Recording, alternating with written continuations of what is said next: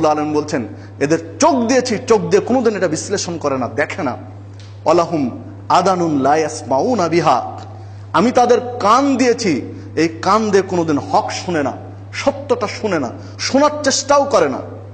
দেখুন বাস্তবতায় এই পৃথিবীতে বর্তমান আমাদের দেশে যদি বিশ্লেষণ করি, তাহলে যত ছেলে, যত যুবক তরুণরা ইয়ারফোন লাগিয়ে দিয়ে শুনছে মোবাইলে, দেখুন 100 জনের মধ্যে 10 জন পাওয়া যাবে না যারা হয় কোরআনুল কারিম শুনছে, না হলে রাসূলের হাদিস শুনছে, না হলে ভালো কোনো শারী অনুষ্ঠান শুনছে, বা ভালো কোনো ওয়াইজিনের ওয়াজ শুনছে। এটা শতকরা 10 জনও পাওয়া যাবে না, শতকরা 90 জন বা তারও বেশি পাওয়া যাবে এরা কোনো গান শুনছে। অথচ এরা মুসলমানের সন্তান, এদের বাবা মুসলমান, এদের মা মুসলমান, এদের 14 পুরুষ মুসলমান। একজন মুসলিম শুনতে পারে, সে শুনবে কোরআনুল কারিম, সে শুনবে রাসূলের হাদিস, সে শুনবে ভালো কোনো ওয়াইজিনের ওয়াজ যেখানে জীবনে পরিবর্তন আসতে পারে, সে শুনতে পারে ইসলামী কোনো সঙ্গীত যেখানে জীবনের বিভিন্ন ভালো দিক আলোচিত হয়। সে একটা অশ্লীল গান শুনতে পারে না। রাসূলুল্লাহ সাল্লাল্লাহু আলাইহি ওয়াসাল্লাম স্পষ্ট বলেছেন, আন আবি উমামা রাদিয়াল্লাহু আনহু قال قال রাসূলুল্লাহ সাল্লাল্লাহু আলাইহি ওয়াসাল্লাম, আবু উমামা রাদিয়াল্লাহু আনহু বলছেন রাসূলুল্লাহ সাল্লাল্লাহু আলাইহি ওয়াসাল্লাম বলেছেন, লা তাবিউল কায়রাত ওয়ালা তাশতারুহুন্না ওয়ালা তুআল্লিমুহুন্না ওয়া সামানুহুন্না হারাম, যে তোমরা গায়িকাদের, নর্তকীদের ক্রয় করো না, তাদেরকে গান শিক্ষা দিও না, ওয়ালা তুআল্লিমুহুন্না, তাদেরকে নাচ গান এগুলো শিক্ষা দিও না, ওয়া সামানুহুন্না হারাম, এদের উপার্জিত সবকিছুই হারাম। যে হাদিসটি সহিহ মুসলিমের মধ্যে এসেছে। তাহলে একজন মুসলিম হয়ে তার ছেলেকে বা মেয়েকে গান শিক্ষা দিতে পারে না, বা যারা গান করে, অশ্লীল গান বাজনা, নাচ অনুষ্ঠান করে, এদেরকে ভাড়া করে আনতেও পারে না, কোনো অনুষ্ঠানেই না।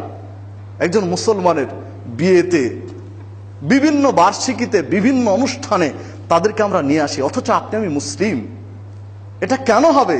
আল্লাহ রাব্বুল আলামিন বলছেন যে অধিকাংশ মানুষের অপরাধের মধ্যে একটা অপরাধ হচ্ছে ওয়ালাহুম আদানুন লা ইয়াসমাউনা বিহা, আমি কান দিয়েছি, এরা কান দিয়ে হক শোনে না, বাতিলটা শোনে। এরপরে এদের শ্রেণীবিন্যাস করছেন উলাইকা কাল আনআম, এরা হচ্ছে চতুষ্পদ জন্তুর নাই, 4 পা বিশিষ্ট জন্তুর নাই, বালহুম আদাল, বরং তার চেয়েও নিকৃষ্ট এরা। চতুষ্পদ জন্তুর যে একটা কোয়ালিটি রয়েছে, এই সকল মানুষের ওই কোয়ালিটিটু নেই, ওই শ্রেণীও নেই, এর চেয়েও এরা নিকৃষ্ট। সূরা আরাফ 179 নম্বর আয়াত। তাহলে দেখুন মানুষকে আল্লাহ রাব্বুল আলামিন নিচে নামাতে নামাতে এতটাই নিচে নামালেন যে কোনো প্রাণী এত নিচে নামেনি। সকল প্রাণীর চেয়ে নিচু স্তরের একটা সৃষ্টি বলে উল্লেখ করলেন এক শ্রেণীর মানুষকে। আল্লাহ রাব্বুল আলামিন এইভাবে আরো অনেক কথাই বলেছেন। রাসূলুল্লাহ সাল্লাল্লাহু আলাইহি ওয়াসাল্লামকে আল্লাহ রাব্বুল আলামিন বলছেন, আন তাহসাবু, হে মুহাম্মদ সাল্লাল্লাহু আলাইহি ওয়াসাল্লাম, আপনি কি মনে করেন, আন তাহসাবু, আপনি কি মনে করেন, আন্না আকসারহুম ইয়াসমাউনা ওয়া ইয়াকিলুন, যে অধিকাংশ মানুষ আপনার কথা শুনে এবং বুঝে। আপনি যে মানুষকে দাওয়াত দিচ্ছেন, তো বেশিরভাগই মানুষ আপনাকে মূল্যায়ন করছে, আপনার কথা শুনছে এবং তারা মেনে নিচ্ছে, আপনি কি তাই মনে করেন? ইন ওয়াহুম ইল্লা কাল আনআম বালহুম আদাল সাবিলা, বরং অধিকাংশরা এরা চতুষ্পদ জন্তুর চেয়েও খারাপ। আল্লাহ রাব্বুল আলামিন বলছেন যে আপনি যে মানুষকে বলছেন অধিকাংশ মানুষ আপনার কথা শুনেও না, বুঝেও না, এরা চতুষ্পদ জন্তুর চেয়েও নিকৃষ্ট, তার চেয়েও খারাপ। মুহাম্মদ সাল্লাল্লাহু আলাইহি ওয়াসাল্লামকে আল্লাহ রাব্বুল আলামিন এই কথা বলছেন। সম্মানিত উপস্থিতি, তাহলে মানুষই সৃষ্টি গুণে, মানুষই কর্মগুণে শ্রেষ্ঠ জীব, আর মানুষ কর্মদোষে নিকৃষ্ট জীব।